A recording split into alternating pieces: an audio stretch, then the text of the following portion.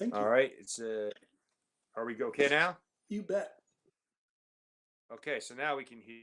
Now I'm on and ready to roll, right? Thank you. Okay. Um, it is like I said, this is my fifth time presenting to you guys. So um, twice I've done it on German. So last two times I've done it on German subjects in the war in 1866, and so now it is good to get back to the United States of America for this entry in the military theorist series that we're doing here with the Army Command and General Staff with you guys as part of the faculty of the Army Command and General Staff College. So today my subject is Denis Hart Mahan and the foundations of American theory. Mahan kind of represents an effort to try to kind of, the American way, the American thing of taking European concepts and ideas and trying to meld them with the American environment to try to figure out a way to develop military theory that is appropriate for the American context, both political, social, economic, technological, and doctrinal, and in line with strategic objectives, terrain, geography, etc. Alfred, excuse me, Dennis. Now, there's two Mahans. There is Alfred Thayer Mahan, who is the naval theorist, and there's Denis Hart Mahan, the Army theorist, the ground war theorist, and he will be the focus of today, just to make clear which Mahan we're talking about here. Okay, next slide. All right, so the slides just disappeared. There we go. Of course, the effort to try to figure out a way to develop a way of war, military theory that would be appropriate to the specific context of North America has been ongoing since the time Europeans arrived in the New World in the 16th and 17th centuries. Now,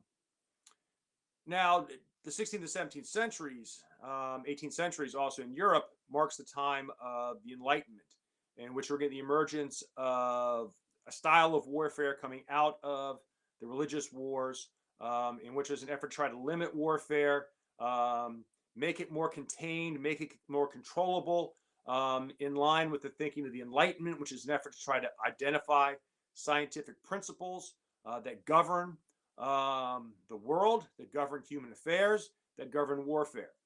And so this is most especially manifest in the emergence of artillery and above all engineering as the centerpieces of the military institutions.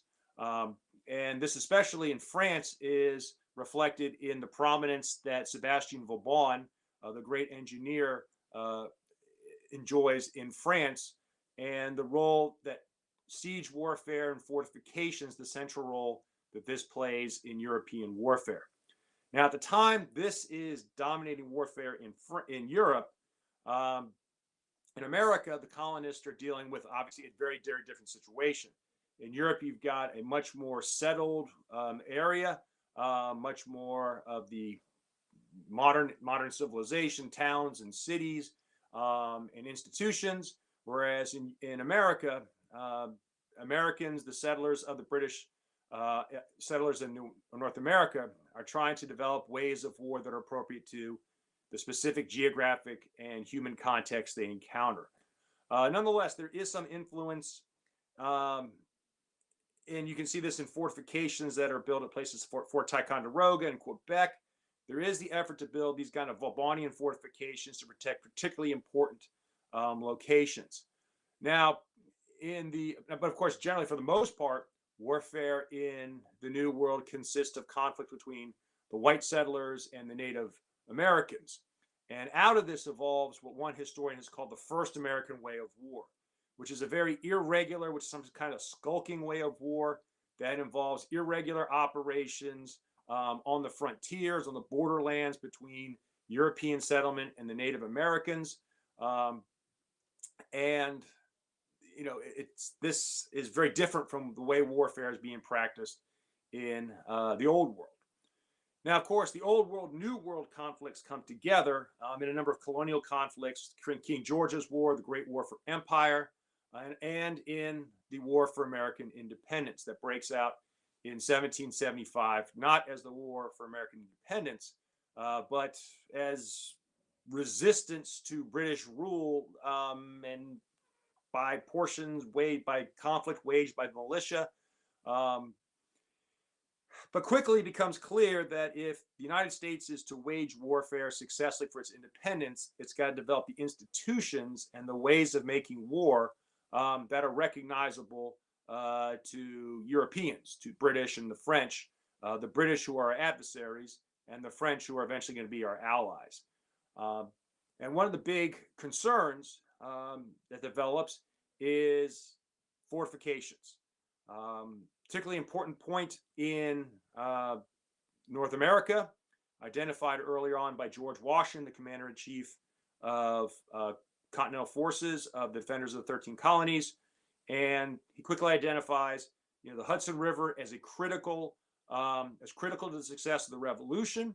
And especially critical on the Hudson River is the place where the river makes a distinctive bend north of New York City, and there is a distinctive point on the western side of the river. And so the question of what to do about West Point, you can't, do irregular operations. You need some kind of conventional way of defending West Point, some kind of fortifications. And this proves to be a problem all throughout the American Revolution. George Washington, at the beginning of the American Revolution, the question becomes, what do we do about West Point? We need to protect it. It's the best way to protect the Hudson River from British warships. It's the best location to do so. How do we do that?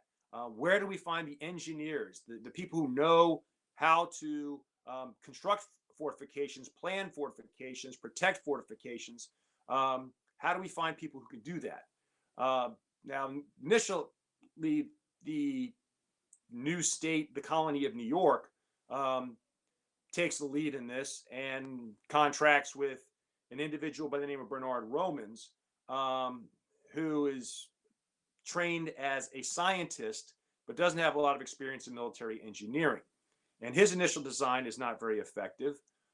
They then attempt another designs south of West Point. Those aren't very effective. Those are unsuccessful. The British in 1777 are able to overrun them pretty effectively and capture the area around West Point.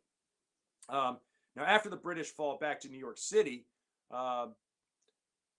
the Americans and their French allies turn their attention to developing a good fortification system for West Point.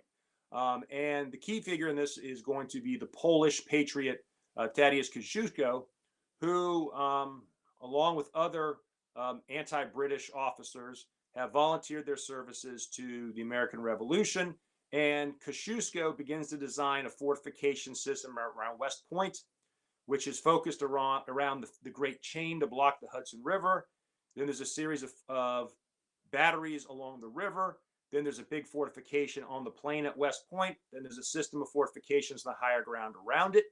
And this is all designed to protect West Point.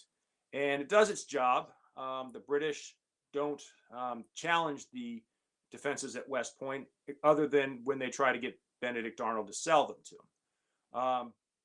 So this problem of engineering and fortifications at West Point, American engineers do not have the knowledge or the capability to take care of it. So we have to rely on foreign engineers to begin constructing fortifications that will actually do the job we need to do. And so when the war is over and those international officers go back to their home countries, the question becomes of, okay, we need to find some kind of engineering engineers. We need to develop our own artillerists who can handle these technical aspects of warfare. And in the process, provide the foundation for a standing army, which is a controversial issue because much of the American Revolution, the build-up to the Revolution, the resistance to British rule, much of the complaints that the colonists had was about the conduct of the British regular army in North America. And in America, in the colonial period, mostly relied on militia for defense. And the idea that the citizen soldier was the way to go, that we did not need a professional standing army, was fairly widely held in the United States. And there were also fears of a standing army. Americans were very conscious of the fact that they were establishing a republic, a type of government that not had a very good track record in history. The most notable, of course, being the Roman Republic, which, of course, was overthrown by its general when he had a standing army at his disposal. So while you have people coming out of the American Revolution like George Washington, Henry Knox, and others who are convinced of the need for a standing army, they're unimpressed with the performance of the militia in various battles during the Revolution. In addition, fortifications and artillery are not just things that can be improvised. They require planning, they require training, they require education, and consequently, they need people whose full-time job it is. They can't be part-time militia building fortifications or manning artillery. These need to be full-time soldiers. These need to be a permanent standing army. And so there's this debate, but again, there are people who don't want the cost of a standing army and are worried that a standing army can be a threat to the republic. And so for the most part, in our early national period, efforts by people like Washington to promote the standing army don't do very well, are very unsuccessful. Now, during the quasi-war in 1798, when the United States nearly goes to war with France, and there's shooting on the high seas, but there's no formal declaration of war. Federalists during the Adams administration do push efforts to try to develop the military institutions and the military leadership that can provide this sort of effective standing army. It's primarily done under the leadership of Alexander Hamilton, who's effectively the commanding general of the army. Washington is sort of the titular commander of the army, but really he leaves most of the management of the army to Hamilton. And Hamilton and his associates do what they can to use this military emergency to build up the standing army. And some of the efforts are undertaken at West Point. There's the effort to, West Point has been occupied continuously since 1778. And during the Adams administration, there's efforts to try to establish some kind of military school there to kind of serve as a place where artillerists and engineers can get trained. Now, a school is established there in 1798, which is sort of supposed to, under the direction of Major Henry Burbeck. They began concentrating some forces there to try to give some training in artillery and engineering. And finally, in 1802, under Thomas Jefferson, this School of Application is formally redesignated the U.S. Military Academy in 1802. However, the Military Academy, after it's established by Jefferson, does not receive a lot of attention. The curriculum is not standardized. The standards are not, and it's to the point where in the Army regulations of 1810 discussing the Military Academy, everything that can be discussed about the Military Academy is addressed in less than a page because there's just very little attention paid to the academy because there's a sense, and the Jefferson administration comes into power in part in reaction against the Federalists and their effort to try to build up the regular army.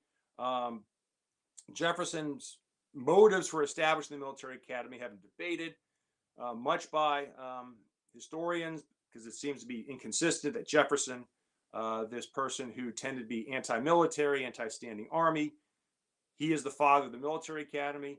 And explaining this, most historians have said that Jefferson's motivations were one, he did want a military academy to train engineers because there was a shortage of that in the country. It would advance science, and Jefferson was very much into advancing science. And also, the Federalists, when they had built up their army in 1798 and 1799, had been very politically partisan about how they did it. And so Jefferson was thinking if we get an academy, it could be a more objective, less partisan way of selecting the people who will be officers in the army. Nonetheless, after establishing the academy, Jefferson, as president, undertakes an effort to retrenchment of reducing the national debt, of reducing government spending. And for that reason, the military academy from 1802 to 1812 is not a very well established institution. Again, there's no standardization. There's no clear sense of curriculum, what its purpose is, its training, what is it trying to do, what is it trying to teach, what are military officers supposed to learn, and what role graduates of the academy will have in the Army. This is not established either.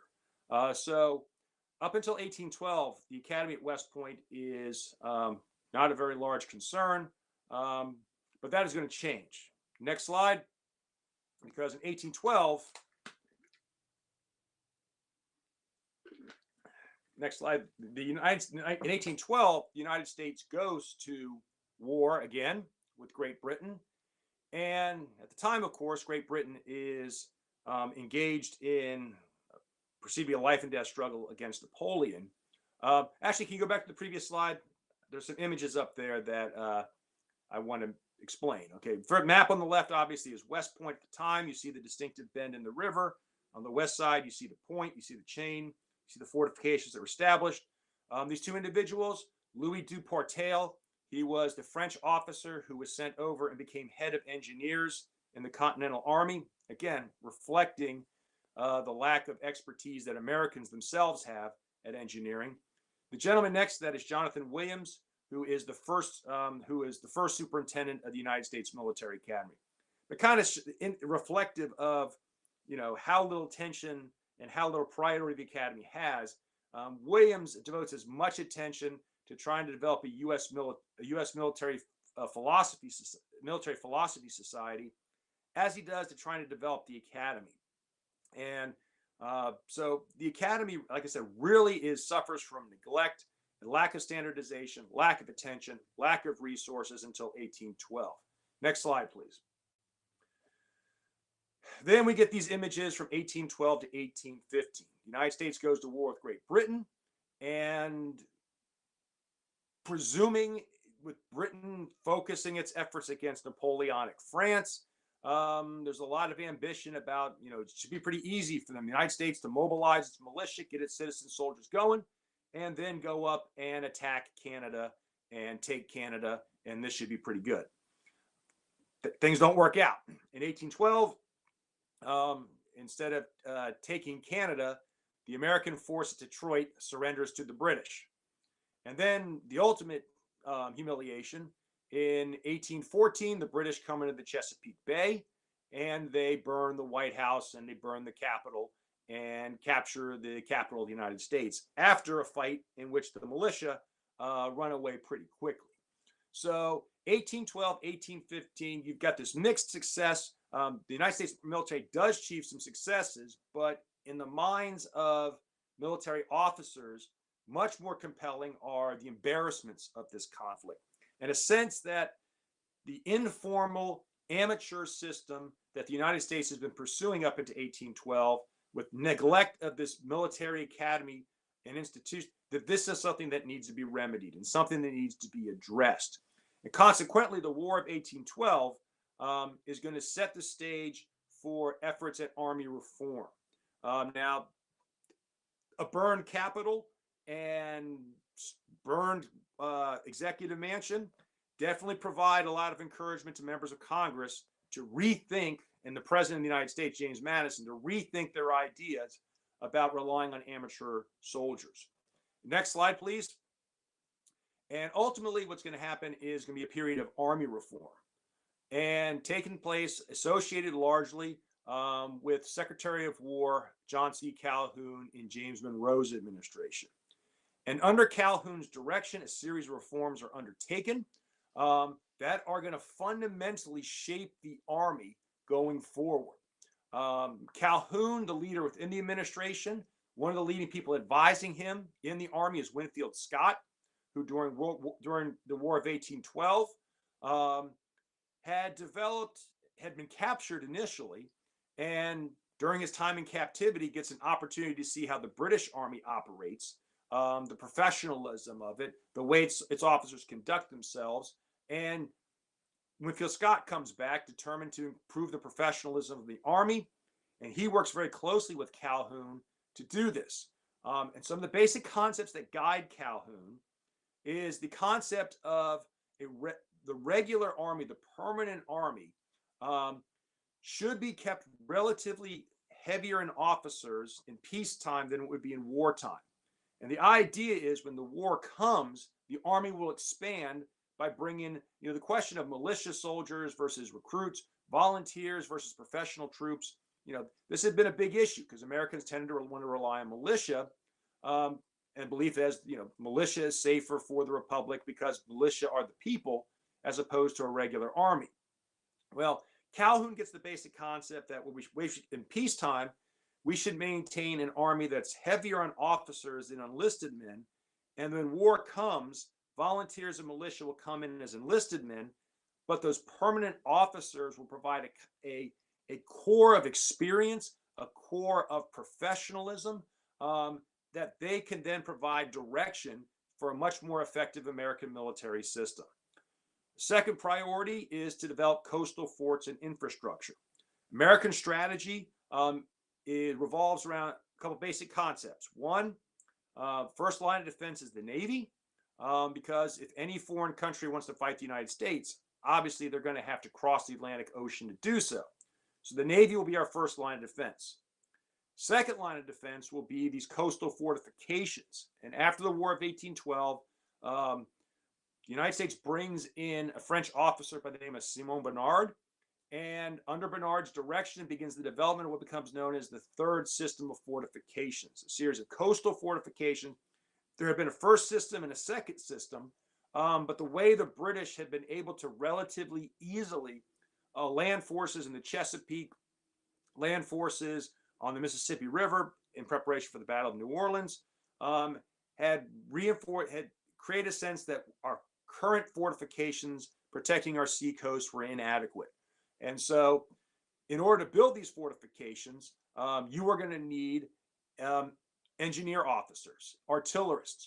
And so this idea we need stronger coastal fortifications is also going to place a premium on developing the regular army, developing the officer corps of the regular army, and particularly emphasizing artillery and engineering. In addition, the Office of Commanding General is created to have one officer who's in charge of the line army. In addition, there's an idea of creating permanent staff bureaus in Washington, D.C. to improve the logistics and the management and administration of the Army. The idea is these will be longstanding professional staff officers who are providing the sort of technical knowledge and expertise and ability and have the training in order to manage the Army's, like I said, logistics and administration effectively. And finally, all of these, the single theme in all of this is to improve the leadership of the Army and its officer corps. And so one of the parts of Calhoun's reforms is going to be especially improving and enhancing the place of the United States Military Academy in America's military system. As Calhoun operates in the assumption, there's an assumption among American people that, by the virtue of the American people, natural genius will emerge and it provide the military leadership we need. But Calhoun's emphasis is on, instructed officers, professional officers, full-time officers, a regular army that can provide the permanent educated leadership that the United States needs in order to avoid the War of 1812 again. Now, West Point, if they're going to reform West Point, they need to find the right guy. Next slide. And we're getting to Mahan. Don't worry, we'll get to him. But the key figure here is Sylvanus Thayer, who in 1817 is sent up to the United States Military Academy to take direction of it as the new superintendent. Now, Sylvanus Thayer had been in charge of the defenses of Norfolk in 1814 when the British passed by Norfolk and went up to Washington and burned the capital. So he had a front row seat at the in view of the inadequacy of shortcomings of America's military system. He was a graduate of Dartmouth and graduate of the Academy. and he is sent up there to become the new superintendent of West Point. He arrives in 1817, and to assist him in his efforts to develop the military academy, he brings with him a French officer by the name of Claudius Crozet, who had graduated from the French École Polytechnique and was a veteran of Waterloo who'd served under Napoleon. And together, working together, Thayer and Crozet developed the military academy, its academic curriculum, focused largely along engineering. They standardized the curriculum into a 4-year program. They divide the West Point Corps of Cadets into 4 classes. The first classmen, the fourth classmen, kind of backwards. The new cadets are the 4th classmen. Their second year, they're known as 3rd classmen. The next year, they're known as 2nd classmen. And then the last year, they're known as 1st classmen. So these are the 5 classes. They decide to organize, to develop a curriculum, which is heavily emphasizes what is believed to be missing from the American military system, which is an understanding of military engineering, of mathematics, drawing heavily on the French example, which traced back to Vauban, of a very technical approach to warfare, a scientific approach to warfare. And so Thayer and Crozet begin developing the curriculum, and this begins to lay the foundation for the military academy. They establish a culture of strict discipline and accountability. Cadets are assessed every single day on their performance in class, and these records are kept day to day to day. Each class is divided into sections, with the best students in the first section and the students who aren't doing so well in other sections. And most of the classwork is done by recitation, and examinations are held in June and December. There's an entrance exam to get in, and a lot of emphasis is heavily on French and mathematics to lay the foundation for cadets to develop the skills and the understanding and the knowledge to provide professional administration. There are encampments every summer. West Point is very isolated, so cadets are subjected for 4 years to this sort of isolation away from the rest of America to develop their soldier skills, from the school of the company up to the school of the battalion. In the summer encampments, they are taught how to use artillery. They're taught how to do drill. And above all, in the classroom, they do a lot of mathematics, and they do a lot of drawing, and they do a lot of work to prepare them to become engineers. Even if they're not going to become engineers in the Army, the idea was the mathematical skills, the mental discipline that math instills, the idea of fundamental principles it instills. This kind of mental discipline will serve graduates of West Point no matter what branch they go into. If they're infantry, they need to know how to do paperwork. They need to know how to administer things. They need to do things with precision, and have this idea that it develops mathematics develops a mental discipline and appreciation for fundamental principles that govern the way things are done. And so the idea is this provides a standardized curriculum, standardized experience, so it will create an officer corps that has very much the sense of cohesion, of corporate sense of belonging to, having had a common experience, a bonding experience. That will provide the foundation for a much more professional, much more technically proficient officer corps. And over the course of this period we have when Denis Mahan is at West Point, we are going to see West Pointers gradually establish almost a monopoly over junior commissioning in the officer corps. In 1820, West Point graduates are 18% of the officer corps. 10 years later, after the Thayer reforms, and with people like Winfield Scott, who support these reforms in charge of the Army, gradually the new commissions in the Army at the rank of lieutenant, second lieutenant, overwhelmingly go to West Point graduates. by 1830, West Point graduates have gone from 18% of the officer corps 10 years before to 64% of the officer corps in 1830. By 1860, West Point graduates are 76% of the officer corps.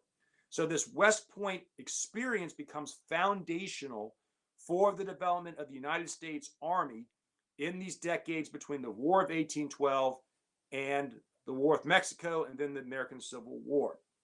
Now, Thayer serves from 1817 until 1833, and playing a key role in carrying forward his legacy and expanding on it, building on it, is going to be the subject of today's lecture, Denis Hart Mahan. Next slide. Here is Denis Hart Mahan. That's a picture of him there on the right. His nickname, Old Cobbon Sense. And hopefully I'll get to that point of why he's called that. Mahan was born in 1802 in New York to a family that had just recently immigrated from Ireland. His mother dies when he is young, and the family relocates to Norfolk, Virginia. There, Mahan becomes interested in perhaps pursuing medicine and moves to Richmond to begin studying medicine with a doctor there. When he finds out that the United States Military Academy, he finds about the military academy, and he particularly has begun to develop an interest in drawing. And because military engineering and fortifications are becoming important, part of Thayer's reform is to introduce much more drawing and art into the curriculum at West Point. And Mahan finds out about, he's got interest in drawing, and so he decides to apply and attend the U.S. Military Academy. He receives the appointment through a congressman, and this practice is going to develop in the 1820s and 1830s as part of the standardization of the academy. Prior to the War of 1812, people were selected to go to the academy. Some were in the army, some were, there was no system for how people were selected to go to the academy. But gradually what develops in the 1820s, 1830s is a system whereby members of Congress nominate cadets to go to the academy, a system that still persists to this day. Mahan is able to secure an appointment, and in 1820, he shows up at West Point, and he comes up the river. The only way to get to West Point is by the river because there is no decent road network that links West Point with other places until really the 1830s, late 1840s. So really, you do have this sense of isolation. You come up the river, you arrive at West Point, you get off the boat at the docks, you walk up to the plain, and there you enter this separate world from the rest of America, from the rest of the world. Although artists, because the Hudson River School of Romanticism becomes popular this time, often find West Point a compelling subject. But for the cadets who are there, the boats move up and down the Hudson, but it really does foster this sense of isolation, that you are in this separate place from the rest of America to learn how to be an Army officer and, above all, a successful, effective engineer. So Mahan enters West Point in 1820, and by 1821, Sylvanus Thayer is already starting to notice this guy who's got a great talent for mathematics. And by his third classman year, again, just his second year at the academy, Mahan is asked not just to be a cadet and take the classes, but also to teach mathematics, and becomes appointed an acting assistant professor of mathematics during only his second year at the academy. And even though he's got his teaching requirements on top of doing all the other things the other cadets are doing, he still manages to finish first in the class of 1824, a class that has 31 graduates. He is first. And reflecting the prestige, he's appointed to the Corps of Engineers. That is where top graduates of the academy usually get appointed into, to kind of underline the importance of engineering and its prestige, its relative prestige, compared to the other branches of the military. So he's appointed into the Corps of Engineers, but even though he's appointed to the Corps of Engineers, he's kept at West Point for 2 more years to stay on the faculty, after which he is ordered to go to Europe to go study engineering there.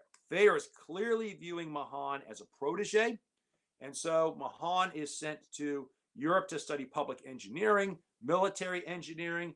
He spends a year at the School for Application for Engineers and Artillerists at Metz in France. He spends time with Lafayette, and in 1828, he makes a strong impression among the people of France and is elected a member of the Geographical Society of France in 1828. Now, in 1830, he returns back to the United States of America and right back to West Point. He's invited to join the faculty permanently. And in 1832, he formally resigns his commissions in the engineers, never having served a day in any soldiers or troop duties. He taught the academy, goes to France to study, comes back in 1832. He resigns his commission to accept the professorship of civil and military engineering at the academy. Now, at the time he is appointed to this position, the academy is relying largely for its teaching on a textbook that was written by Guy de Verdon and translated by John Michael O'Connor. And its title is Treatise on the Science of War and Fortifications, composed for the use of the Imperial Polytechnic School. And that is only 2 of the 6 lines in this title. It's a translation.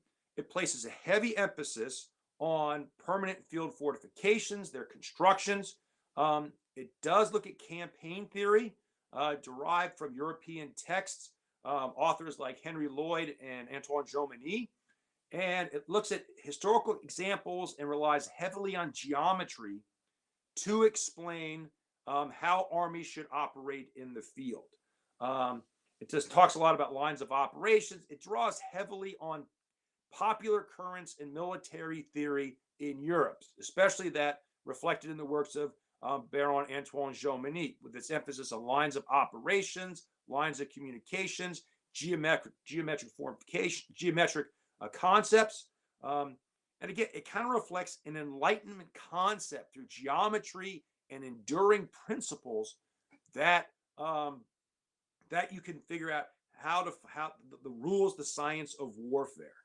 And so this is the textbook when Mahan takes over. But when Mahan takes over in the 1830s, in America, things are changing. During the era of good feelings that followed the War of 1812, the administrations of James Monroe and John Quincy Adams, there was support for the vision of the military academy as Thayer is viewing it, supporting nation building, institution building, first with the Republicans under James Monroe, and then the National Republicans under John Quincy Adams. They both share this idea of using institutions to develop the country. In 1824, John C. Calhoun, as Secretary of War, champions the General Survey Act to have the Army allow Army officers to help develop internal improvements. There's this real interest in using the power of the federal government to provide greater direction to national development. And again, this is something through the Monroe administration, the John Quincy Adams administration. Well, then in 1828, elected to the presidency is Andrew Jackson. Andrew Jackson is riding a very different wave to power in the United States. He reflects the emergence of democratic government, the idea of government from the bottom up, that leaders of natural talent and natural genius like Andrew Jackson himself, who didn't need any military academy, who didn't need any engineering classes to become a successful general, and very much embraces this idea of the amateur general, the natural genius of Americans, a reliance on militia, and a view and the suspicion of West Point bringing in these French books and these French concepts. And there's something un-American about that. And a belief going back to the American Revolution, a reliance on militia and volunteer soldiers, and all this overeducated, elitist West Point stuff was not the best thing for the country. In addition, during Jackson's administration, there becomes a greater emphasis on westward expansion. And it's hard for, and Jackson and his supporters have a hard time. We're training these officers to build these fortifications. What application does that have to Western expansion? We're very unlikely to fight a war against Great Britain, but we have problems with the Native Americans on the frontier. We're expanding westward in this great westward movement, and Jackson very much a man of the westward movement of expansion. And Mahan senses there is this current developing against the academy. And while Mahan very much wants to preserve the academy that Thayer developed, Mahan also, as he begins teaching his classes, senses there is a need to try to Americanize his approach to the ideas of military theory, that we cannot have a purely European approach because we have distinctive, specific American issues. In addition, Jackson is going to clash with the academy. In 1833, Sylvanus Thayer leaves the academy, in part because Jackson and his political supporters are having a hard time with Thayer, because Thayer has set up this objective system of discipline. And when people subjected to it complained to their political leaders, they then complained to Jackson, and Jackson and his War Department stick their fingers in a few too many times, and Sylvanus Thayer eventually leaves. Now, the people he's going to appoint to succeed him are largely going to be men of the Thayer mode. But Mahan plays a really important role because eventually he's going to become the head of the academic board. And the academic board, there's going to be a series of superintendents, all of whom are engineers, but really it's the permanent professors who make up the academic board, led by Mahan, who are going to be responsible for ensuring that the academy is maintained and is run, and what adaptations it makes are in line with larger interests. Now, Mahan, recognizing this critique, he looks to reduce the reliance on strictly European texts and try to Americanize somewhat his approach. His civil engineering course, which is one of the courses he teaches, he coordinates it. He tries to give a theoretical foundation. He tries to reduce the French instruction somewhat. He gets rid of the text that was being used and tries to replace it with English translations and his own works. In addition, he takes the engineering course and tries to work in some time for military strategy. And finally, he begins to publish his works to try to expand, to try to bring what West Point is doing to a much larger American audience. His first work in 1836 is a treatise on field fortifications, which he explicitly dedicates to the officers of the U.S. militia. And he publishes it as a very short booklet. And the idea, it is something that militia officers and volunteer officers can take with them out into the field, and seeks to simplify these complex fortification systems and concepts so that militia officers and volunteer officers can understand and apply them as well. He also addresses in this issues of military reconnaissance, military communications, geography, and about 10,000 copies of this treatise on field fortifications are published and circulated, and it goes through 6 editions. Again, the idea is try to, West Point may be physically isolated, but to try to connect what he is doing at West Point with the United States of America largely. In addition, he begins publishing his notes.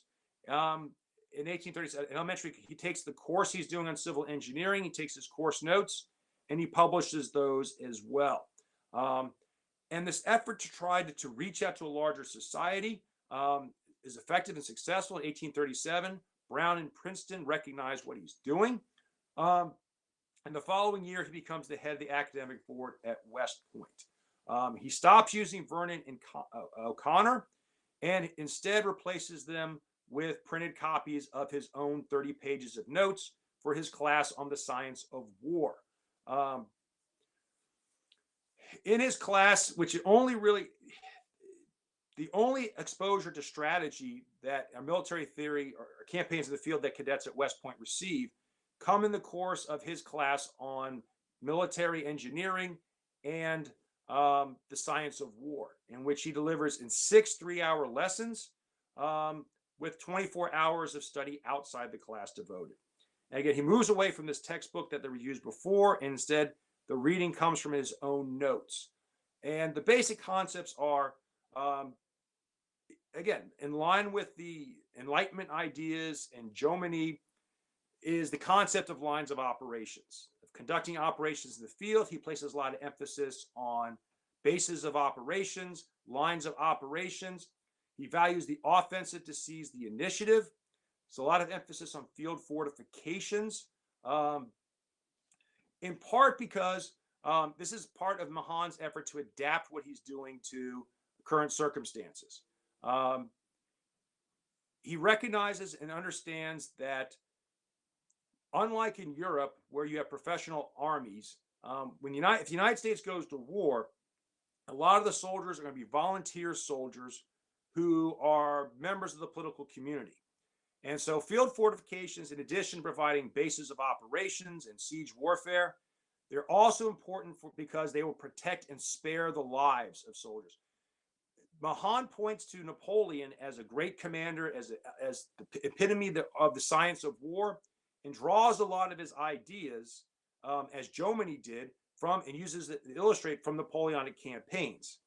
At the same time, he points out that there's a difference. Napoleon can be much more aggressive and fight a lot more battles and accept more bloodshed than an American commander could, because Napoleon was an absolute ruler and could turn to conscription in order to replace his losses. Mahan's basic concept is, because soldiers are going to be volunteers in the American system, and in the American system, the political system, the people you're drawing into your army are voting citizens who are also going to have a say in the war, you have to make a point of trying to protect American soldiers, and thus field fortifications are very important. And this enables them to reinforce the engineering priority at West Point in service of the American context, the American political context. Now, in 1842, he is assigned responsibility by Chief Engineer Joseph Totten to put together a course of advanced instruction for West Point engineer instructors on top of the course, on top of the lessons they received when they were cadets. He develops basically a two-year curriculum, and officers who go through this include William Rosecrans, William F. Smith, Gustavus Smith, and Gouverneur K. Warren. In addition, there becomes people from the outside begin talking about how we need to bring in more literary studies, and Mahan, as the chair of the academic board, promises to give that some consideration, because there's outside criticism of the academy of being out of touch with what the United States needs for its military service. And these conflicts come out in the Mexican-American War. Next slide, please.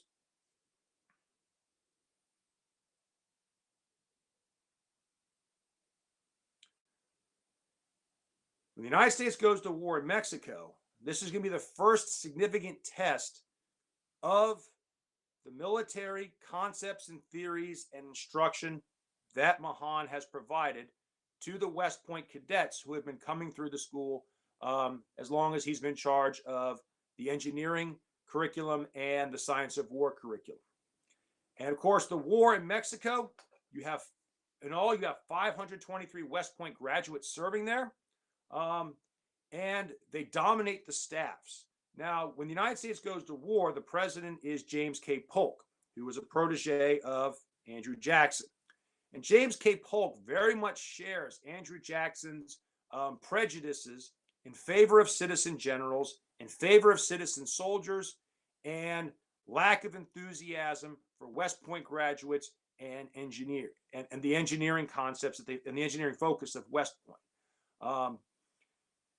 And so what James K. Polk is going to do during the war is he is going to use his appointment power to appoint general officers who are politically favorable to the Democratic Party and exemplify his idea of what a citizen soldier should be. Now, the commanding general of the Army, Winfield Scott, one of the ways he counters this is by appointing to the staffs of these generals, these political generals, West Point graduates to be by their side and provide them the sort of professional and technical expertise that these amateur generals do not possess. And this proves very, very critical in Scott's decisive campaign against Mexico City, which opens with a siege against Veracruz, conducted largely at the direction of West Point officers. The Army then penetrates deep into Mexico, captures Mexico City, with West Point graduates like George McClellan, Robert E. Lee, P.G.T. Beauregard, Joseph Hooker, all playing significant roles as engineers or staff officers. And when the Army captures Mexico City and the war is over, and Winfield Scott, the commanding general of the Army, is asked by Congress, what was the critical point? What was so critical to your military success? And Scott gives famously what he calls his fixed opinion that for the graduated cadets, the war would have lasted longer than it did, more defeats than victories. And when the United States and Denis Hart Mahan very closely follows the operations in Mexico, and the victory there and the conspicuous role that West Point graduates, very much taken by Mahan as validation of the direction that Thayer and himself have taken towards military theory, developing the American military system. And when graduates come back from West Point, Mahan is going to continue to see his role as a military theorist, not just in the classroom, but to reach a broader audience. In 1847, next slide, he produces what's probably going to be his most famous work, which is titled Advance Guard, Outpost, and Detachment of Troops. And this is designed to take the basic ideas of tactics and operations and military theory that he's been teaching the West Point cadets and bring it to a much larger audience in the United States of America. And among his principles is his focus. He spends a good part of the early part of the book talking about military history, the evolution of military history. And then he goes into it looking at how these various scientific military principles, lines of operations, maneuver, the offensive, the role of field fortifications. He lays this out quite clearly, quite specifically. He discusses tactics, offering guidance to officers to how to conduct minor tactics in the field, not in terms of large campaigns or drill. There are drill manuals out, but in terms of how you deal with conducting a reconnaissance, how to conduct an advanced guard, how to do outpost duty, how to do detached service of troops, to try to address the various situations that officers will face in the field. And again, still at much of its heart is this scientific approach to warfare, this Jominian approach to warfare, an emphasis on bases of operations, on fortifications, on sieges, on lines of operation, on taking the offensive, on being aggressive, but also the idea of, in the American context, it is better to be aggressive because it gets the war over quicker universally, but that is especially important in the American context because in a popular government, the United States is going to expect its wars to end more quickly and more decisively. Kind of patience for a long, exhaustive, drawn-out war, one that's going to strain the political system from which you need to draw your troops and draw militia forces, draw volunteers.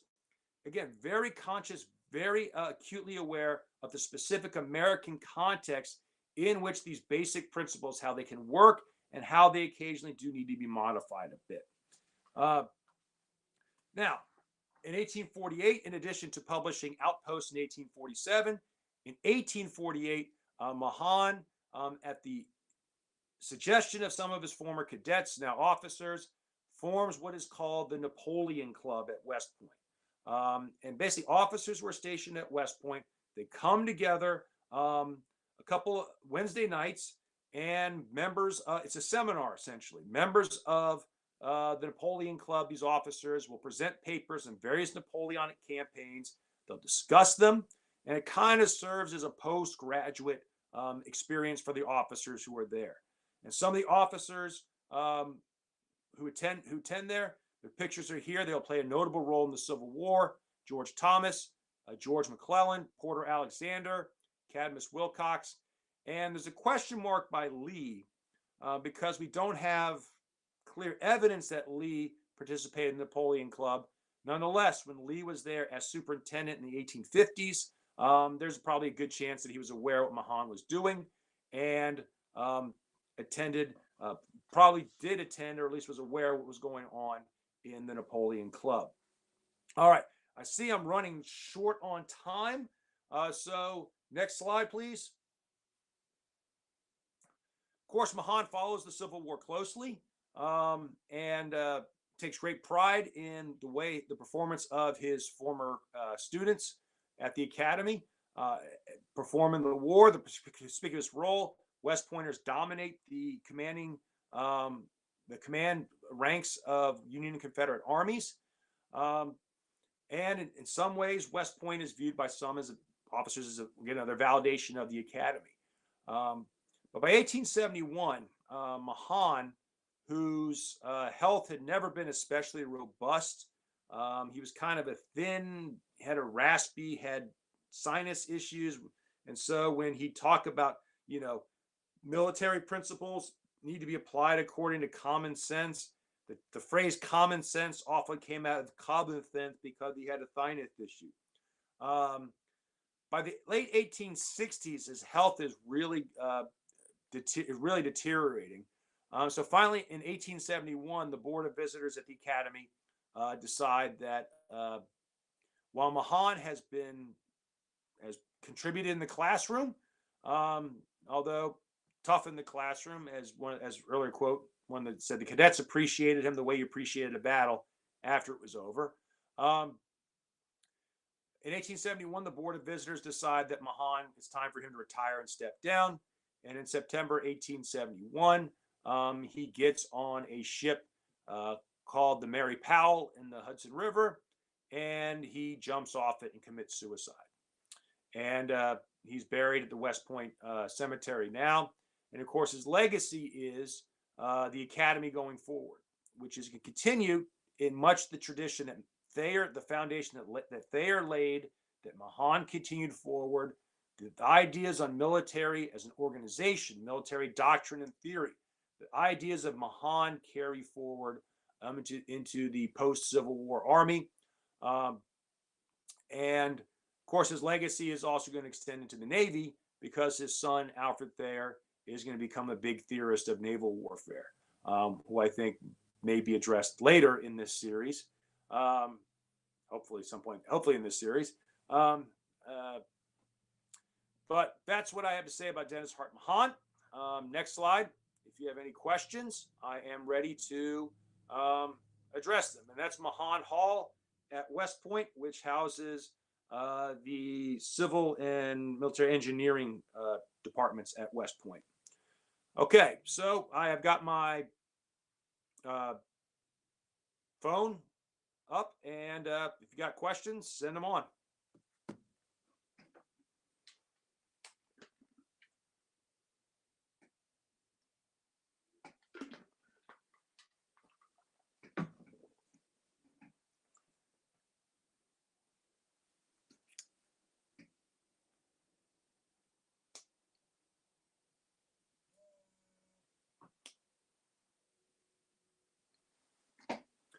Okay, question. Today, of course, war looks very different than it did during the Revolutionary War, the War of 1812, or the Civil War. Why is it important for Americans to understand the foundations of Army theory? Excellent question. War does look different today than it did in the time of Alfred Thayer Mahan. But there's still some basic concepts. The idea of, concepts that Mahan taught are still relevant concepts for armies today. The need for a base of operations, the idea that you want to mass your effects at a certain point against the enemy, that you want to protect your lines of communications and logistics. One of the things, of course, that's deteriorated in importance during the 20th century is the importance of these fixed fortifications, like West Point, Fort Monroe, Fort Jackson, and the various other fixed forts. Right, that's declined. But nonetheless, the basic idea behind them that you do need some kind of, there are certain points on the battlefield, there are certain points in a theater of operation that you need to secure. That remains relevant.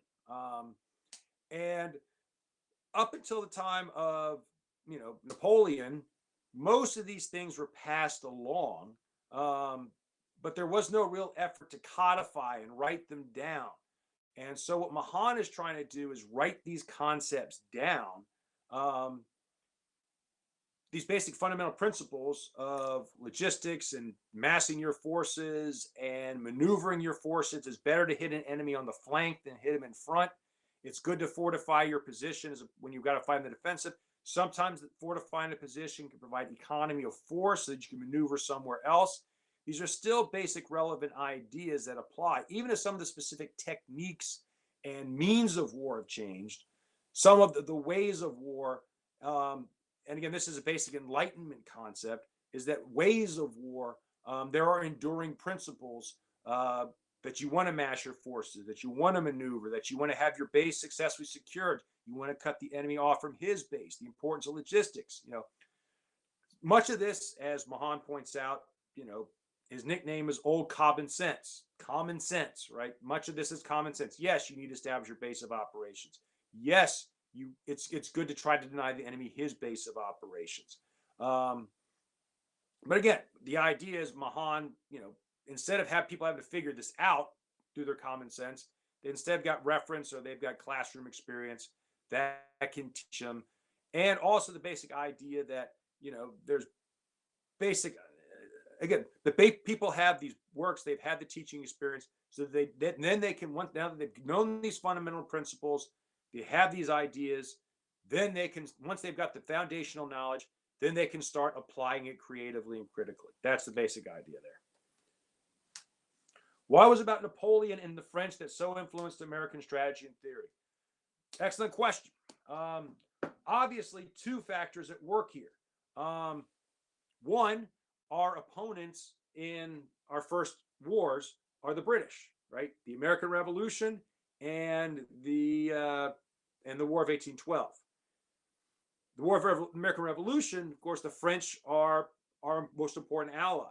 And one of the things the French see their contribution to the American War is to provide the amateur Americans with some of the military experience and the technical knowledge they do not possess. And of course, in the United States, there's a conscious sense that we are breaking away from Great Britain. And so consequently, there are British ways of doing things that, are there better ways of doing things? The French have the most respected army in the world. And Napoleon obviously takes it to a level of success and not experienced before.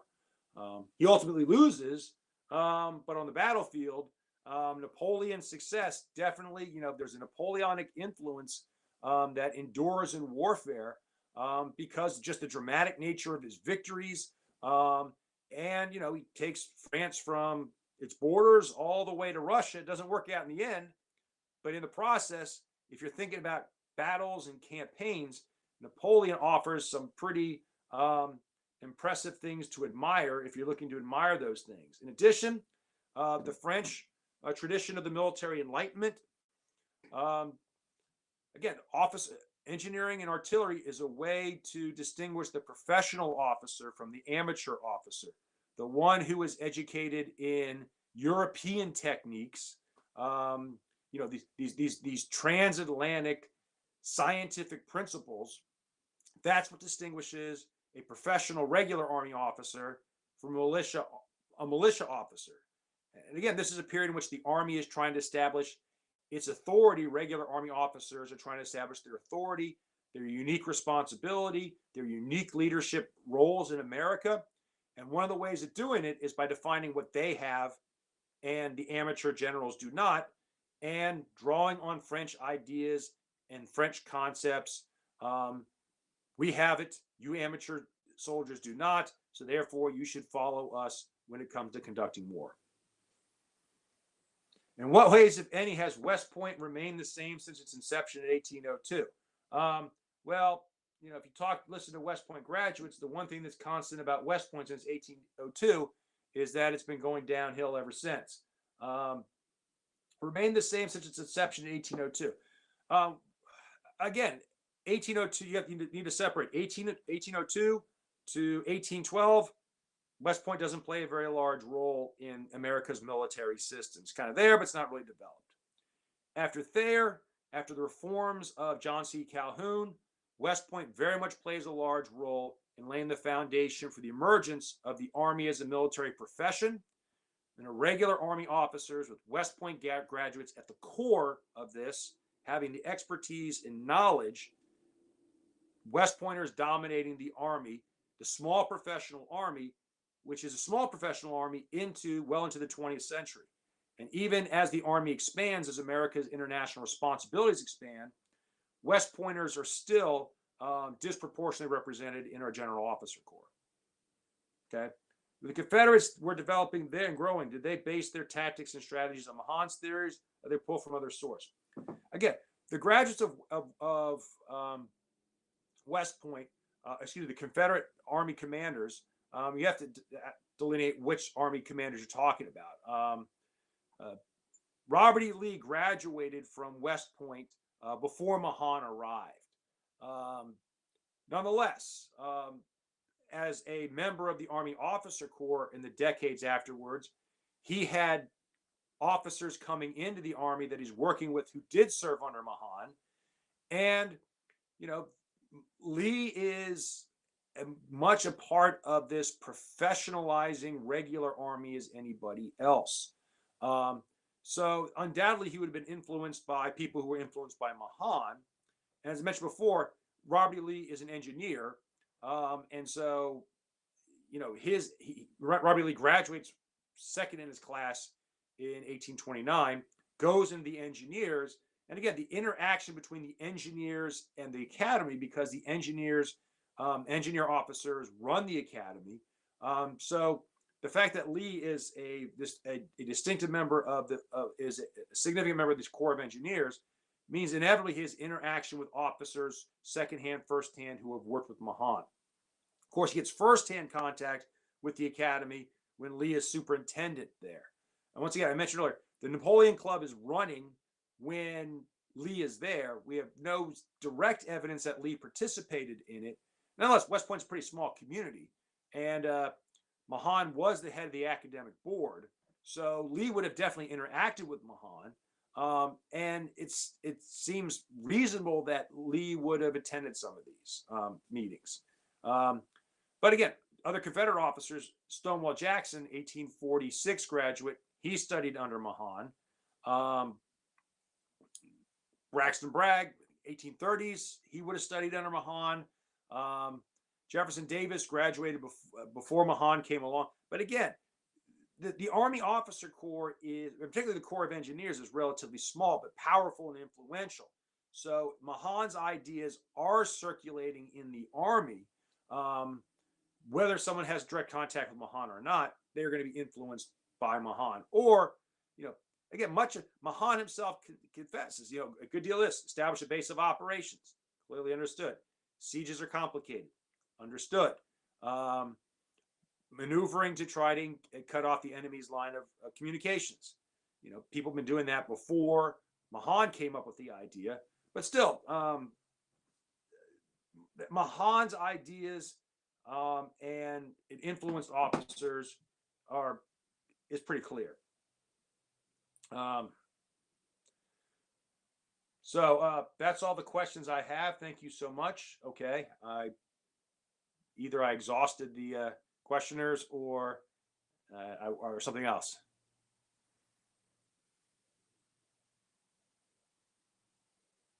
Okay, where are we now?